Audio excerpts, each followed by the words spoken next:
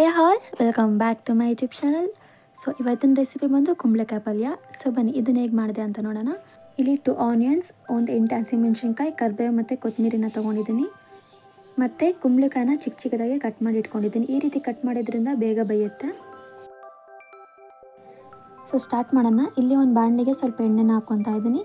ಎಣ್ಣೆ ಬಿಸಿ ಆದಮೇಲೆ ಸಾಸಿವೆ ಮತ್ತು ಕಡಲೆಬೇಳೆನ ಹಾಕ್ಕೊತಾ ಇದ್ದೀನಿ. ಕಡಲೆಬೇಳೆನ ಹಾಕ್ಕೊಂಡು ನೀಟಾಗಿ ಮಿಕ್ಸ್ ಮಾಡ್ಕೋಬೇಕು. ಅದಾದಮೇಲೆ ಇದಕ್ಕೆ ಹಸಿಮೆಣ್ಸಿನ್ಕಾಯಿ ಮತ್ತು ಕರಿಬೇವನ್ನ ಹಾಕ್ಕೊಂಡು ನೀಟಾಗಿ ಫ್ರೈ ಮಾಡ್ಕೊತಾ ಇದ್ದೀನಿ. ಮತ್ತು ಈರುಳ್ಳಿ ಇದಿಷ್ಟು ಹಾಕ್ಕೊಂಡು ನಾವು ನೀಟಾಗಿ ಮಿಕ್ಸ್ ಮಾಡ್ಕೋಬೇಕು. ಇಲ್ಲಿ ಈರುಳ್ಳಿ ಕಲರ್ ಚೇಂಜ್ ಆಗೋ ತನಕ ನಾವು ನೀಟಾಗಿ ಫ್ರೈ ಮಾಡ್ಕೋಬೇಕು.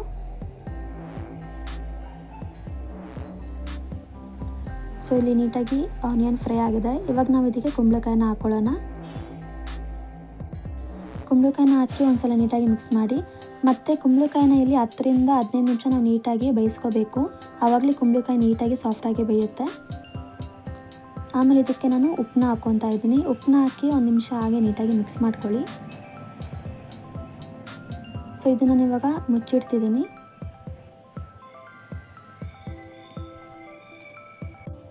ಸೊ ಇಲ್ಲಿ ಕುಂಬಳಕಾಯಿ ನೀಟಾಗಿ ಸಾಫ್ಟಾಗಿ ಬಂದಿದೆ.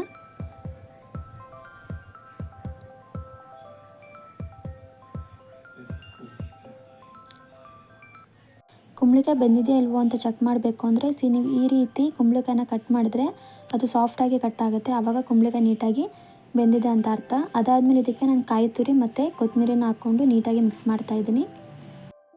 ಸೊ ಈ ರೆಸಿಪಿ ರೆಡಿ ಆಗಿದೆ. ಐ ಹೋಪ್ ನಿಮಗೆ ಈ ರೆಸಿಪಿ ಇಷ್ಟ ಆಗಿದೆ ಅಂತ. ಇಷ್ಟ ಆಗಿದ್ರೆ ಪ್ಲೀಸ್ ಲೈಕ್ ಮಾಡಿ, ಶೇರ್ ಮಾಡಿ, ಕಮೆಂಟ್ ಮಾಡಿ. Thank you.